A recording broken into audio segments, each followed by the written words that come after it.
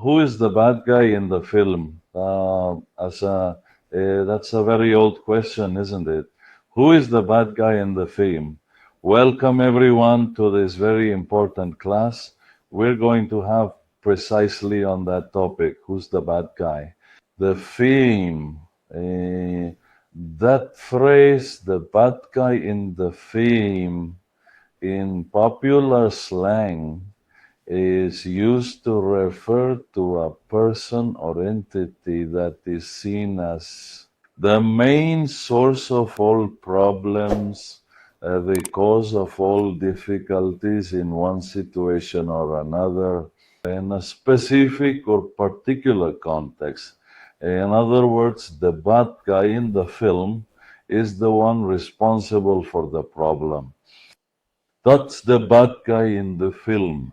We have a war between Hamas and Israel. Hamas does not represent any state, while Israel is a member state of the United Nations. Keep that in mind. Israel is a member state of the United Nations, meaning it's part of the international community. Hamas is not a state. There's also it's a military organization. A military organization declared by the United States and Europe and Western Europe as a terrorist organization. And that's why Hamas has never been recognized as a legitimate state by any country, by any international organization. Let's explain some important things here. States are recognized entities with borders, governments, constitutions, Congress, Senate, regional powers, public judicial power, executive power, legislative power, defined diplomatic relations with other states, etc. Hamas lacks all of that. It simply governs Gaza as it pleases, with the support of Iran, and behind Iran, of course, Russia and Chile. And once again, I repeat what I have always shared with you. If one does not know history, one risks misinterpreting modern events that are in some way connected to history. Gaza has a very ancient history. It appears in our Hebrew Bible, history that dates back thousands of years. The population of that region has always included Arabs, Jews, Egyptians, and other groups, including the Philistines, further back in history. Before the British Mandate of Palestine, as it is known, in modern terms, the Gaza region, like other areas of what we now know, such as Israel, Judea, Samaria, or to give it a name, as it appears in the United Nations, no. The West Bank, for example, all that region was under the rule of the Ottoman Empire for several centuries. The Ottoman Empire ruled most of that region from the 16th century until its collapse after the First World War. After the collapse, the fall, the disappearance of the Ottoman Empire, the British government took control of this region, the whole region known as the British Mandate of Palestine. This mandate was operational from 1920 to 1948. That is, for approximately 28 years. England had control of the entire region. And during all that time, the population of Gaza was composed of a mix of Arab and Jewish communities. Arabs and Jews. Gaza was never composed of Jews, Arabs, and Palestinians. It wasn't like that. The only two ethnicities in that region, known as Gaza, Jewish and Arab. In 1948, when Israel emerges as a modern nation, the Arabs of that entire region mostly do not recognize them and launch a war to the death. When I say to the death, it's to the death against the newly established Jewish state. It's usually known as the 1948 war, or the modern independence war. In the midst of that war, thousands of Arabs settled in the Gaza Strip, and this formed the core of the civilian population in Gaza. In what is the Gaza Strip? After the 1948 war, Egypt administered the whole Gaza Strip region until 1967. It is in 1967 that the famous Six-Day War takes place. Israel conquers the entire region, takes over the Gaza Strip, and of course, this created enormous tensions and conflicts with the local Arab population. In 2005, that was in 1967. In 2005, Israel unilaterally withdraws from the Gaza Strip as a gesture of goodwill. To seek peace in the region. We all remember the decision of the then Israeli Prime Minister Ariel Sharon executing his disengagement plan, the unilateral disengagement, not bilateral. Unilateral, which included the withdrawal from Gaza, thinking that peace could be achieved that way. What happened? What happened when Israel withdrew? Did Gaza become an autonomous territory? Zionist, governed by Hamas, which literally transformed everything Israel left, everything Israel handed over, into a terrorist training ground against the Jewish state. Hamas is, above all else, above any consideration, an Arab organization with an ideological, military, Islamist, and extremist nature with a single purpose, the destruction of Israel. That is the ultimate goal, the destruction of Israel. Everything else is to support their agenda. Everything else is to justify getting money from the international community. Everything else is propaganda. The reality is they're always trying to erase Israel from the map. And of course, like I've said on other occasions, after eliminating Israel, to continue conquering other nations for Islam. And the European Union has declared Hamas a terrorist organization. It's as simple as that. A terrorist organization. What is a terrorist organization? Well, the word says it, right? It's defined as a terrorist organization when violence is used. Indiscriminate violence, when deliberate violent acts are used deliberately planned against the civilian population, against non-military targets, with the purpose of creating fear, with the purpose of creating intimidation, with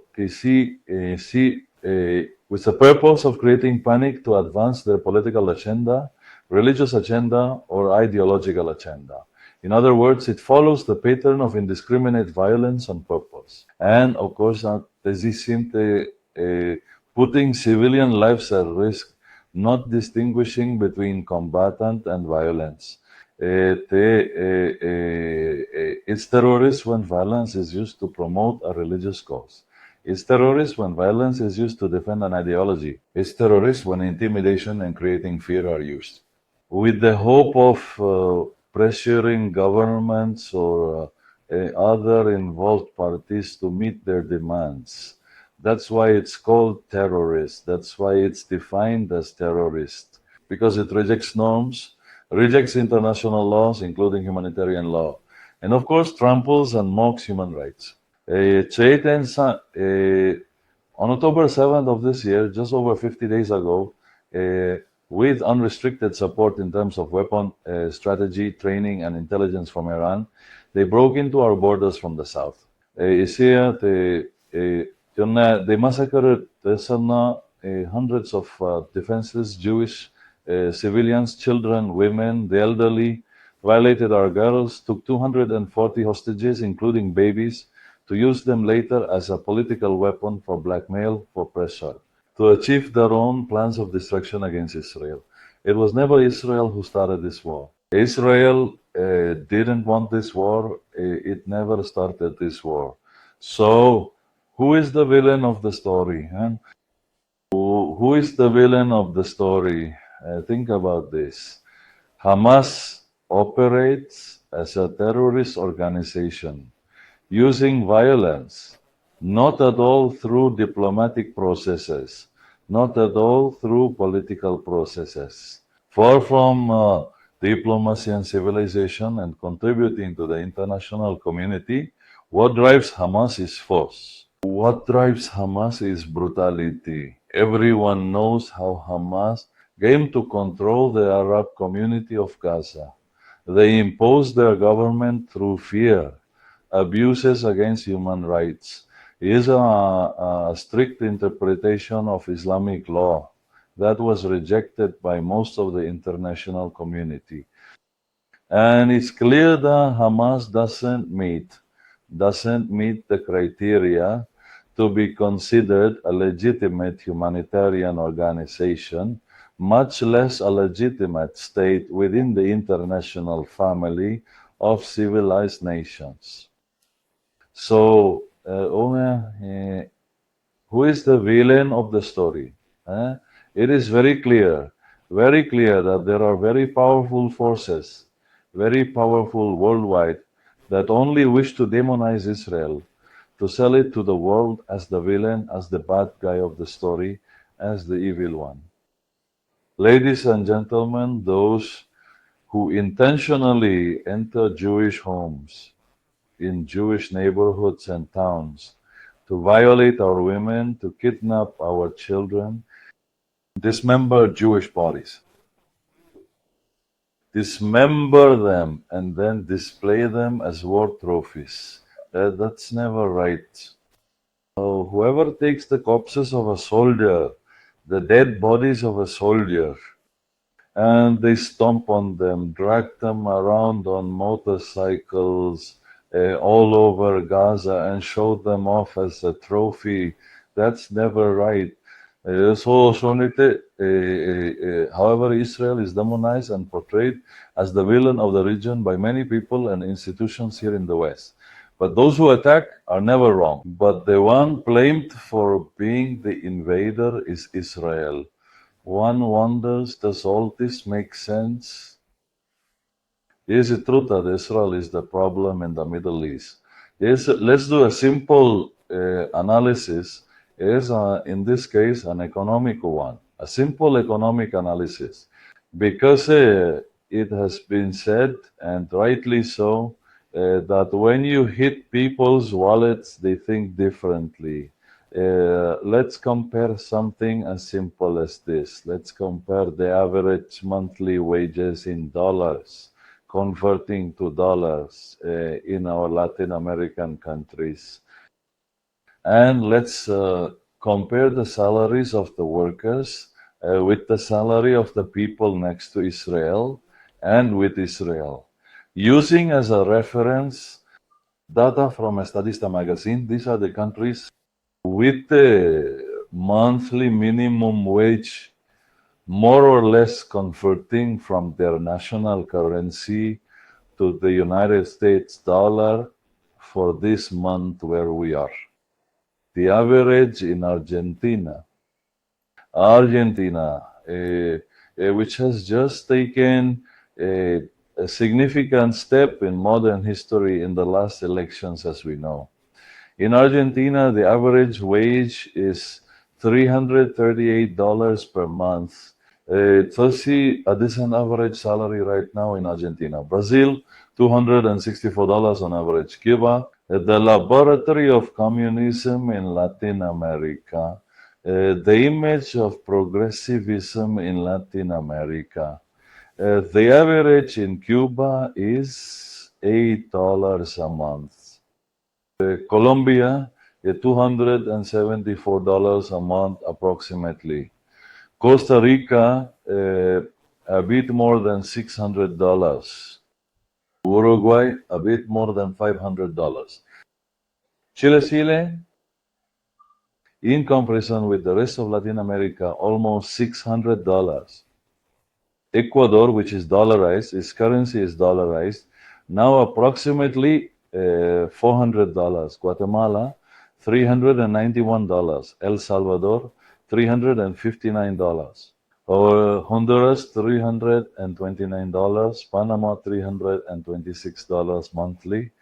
Bolivia, more or less the same as Panama. Paraguay, $300 something monthly. Peru, $250 more or less monthly. Dominican Republic, $245 more or less monthly. Venezuela, the other bastion of leftist progressivism, left wing. Socialist, Venezuela, $6 the monthly average. Israel, $1,577 monthly minimum wage. $1,577 monthly minimum wage. Let's think about Israel and Cuba, for example. The Cuban Communist Revolution arose in 1959. 11 years after the resurrection of the modern state of Israel. That is more or less sharing a very similar historical time, like only about 10 years difference. Cuba 65 years later.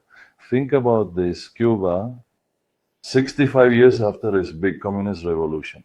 The worker has a monthly salary of $8. Israel, 75 years later, that same Israeli worker has a minimum salary of $1,577 per month. Israel has much less territory than Cuba. Cuba will have 111,000 square kilometers. Israel does not reach 30,000 square kilometers. Israel practically fits 4 times within Cuba. Much less territory than Cuba. However, the standard of living that the State of Israel offers its citizens is hundreds of times higher than what the Communist Revolution has offered its citizens. So, if this is the case in the economic area, why is Israel considered the problem in the Middle East? Why is Israel considered the villain of the movies? Isn't it rather a model for the world? Isn't it rather a model for Latin America? In Israel, think about this. In Israel, our gross domestic product surpasses $230 billion. $230 billion and is the highest standard of living expressed in the highest per capita income in all these regions of the countries that border with Iran. Isn't it rather a model for our neighbors at the same time as Egypt, Jordan, Syria, Lebanon? While an Israeli citizen, an Israeli worker, earns a minimum of $1,577 per month, an Egyptian worker earns $250 a month. An Egyptian worker, while a simple construction worker in Israel earns a minimum of $1,577 per month. One in Jordan earns $55 per month. While a worker in Israel earns a minimum of $1,577 per month, that same worker in Syria earns $56 per month. While a worker in Israel earns at least $1,577 a month, the same worker in Lebanon doesn't earn more than $25 a month. What model should be followed in the Middle East? In those countries bordering Israel, Jordan with $55 a month, Lebanon with $25 a month, Egypt with $290 a month, or would the model be Israel with a minimum average of $1,577 per month per worker? Let's put it another way. If you were to emigrate from your country to the Middle East, which country would you move to in order to improve your economic situation? Would you go to Egypt? Would you go to Syria? Would you go to Lebanon? Would you go to Jordan? Or would you go to Israel? All those people who freely protest on our streets against Israel, all those people who protest against Israel and in favor of Hamas in our streets, They had to look at Israel or to that area of conflict right now. In which country do you think they would choose to migrate to? Would they choose Jordan? Would they choose Egypt, Syria, Lebanon, or would they choose Ireland? Israel has the highest percentage of computers per household per inhabitants and the highest average of university students in the entire region. Israel, my friends, produces more scientific papers per capita than all the countries in that region. 24% of the Israeli working population has a university degree. 24% of the population, surpassed by very few countries. Maybe the Netherlands, maybe the United States surpass it. Imagine 24% of the population, a state, university, academic, 12% of the Israeli population hold a doctoral degree in some branch of science, of technology. Israel is the only country in the world to have developed a new technique to treat breast cancer that is completely computerized and radiation free. Mollis, Israel has developed a computerized system to ensure the most appropriate prescription or administration of medical drugs to eliminate any possibility of human error in medical treatments.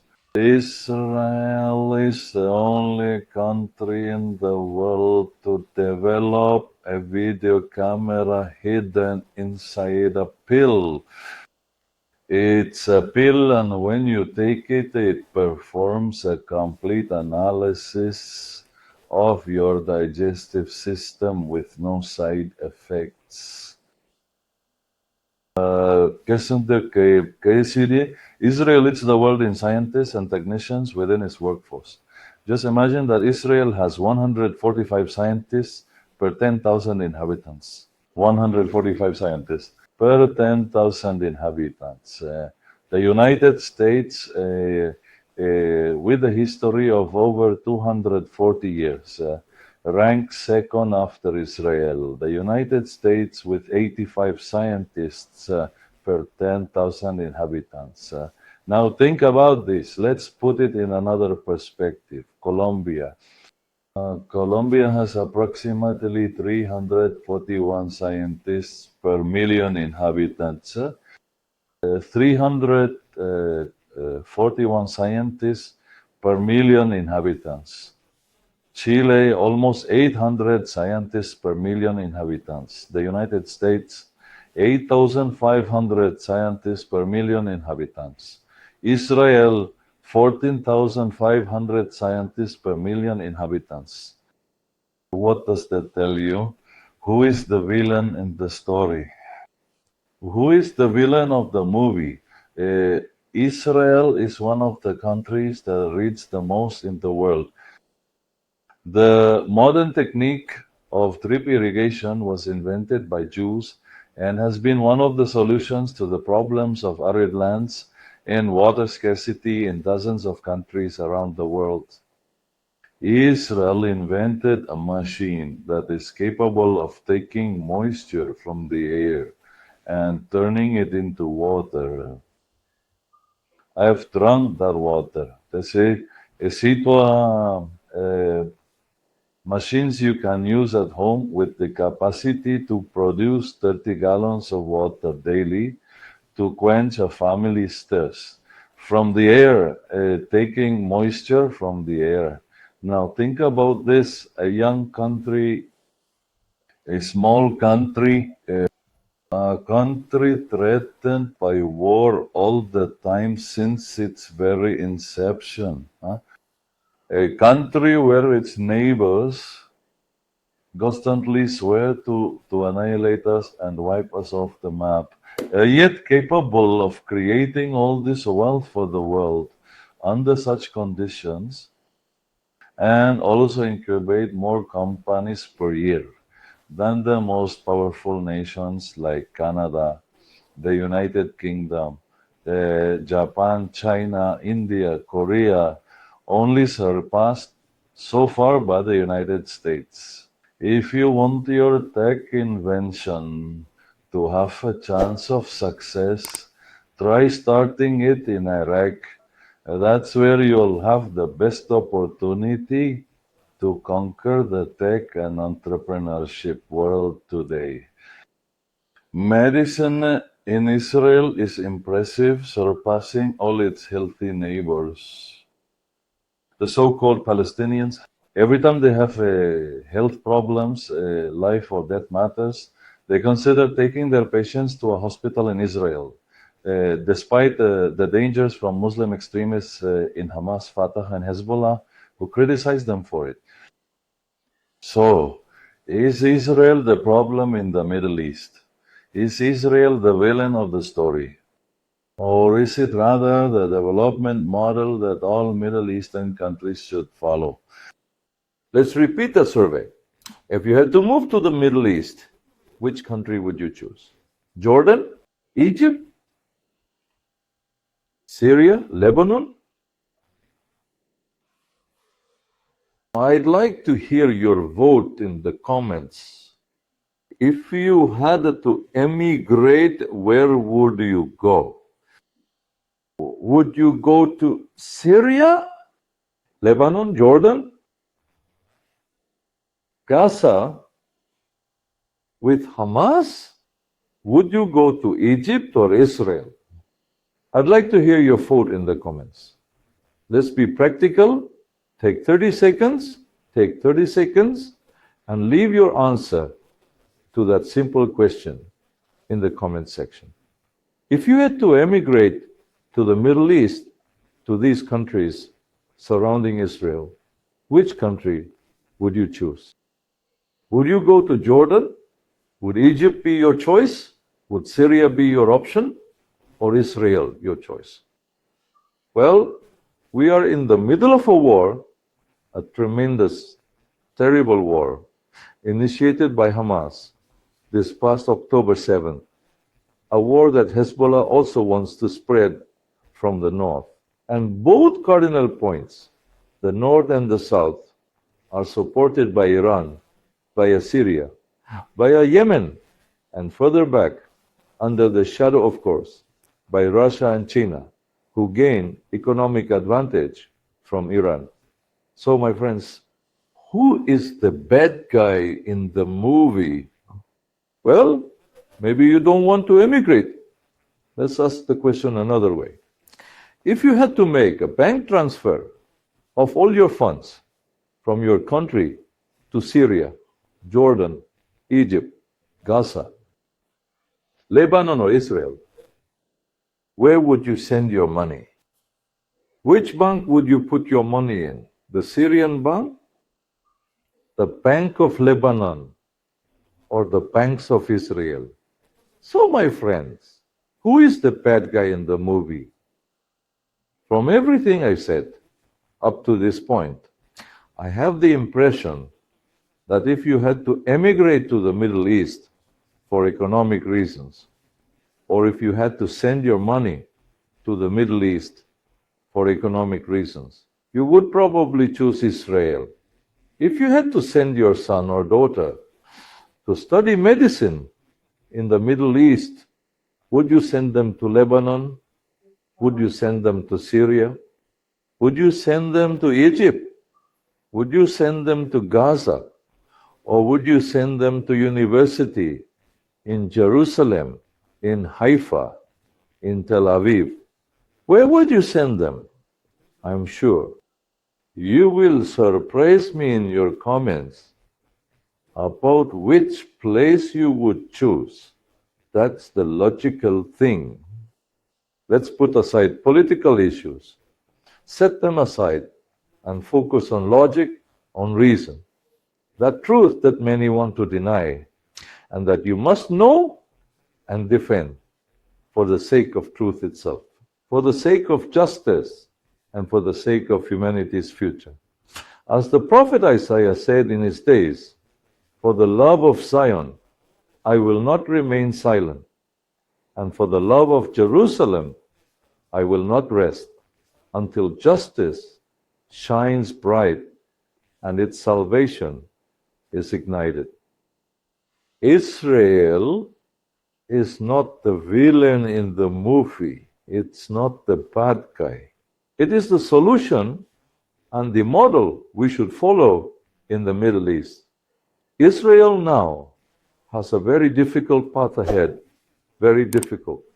Our prayers and our support, like never before, for these people who have been chosen by the Eternal to bring us Mashiach and to bring the final redemption of the world. Shalom. Shalom.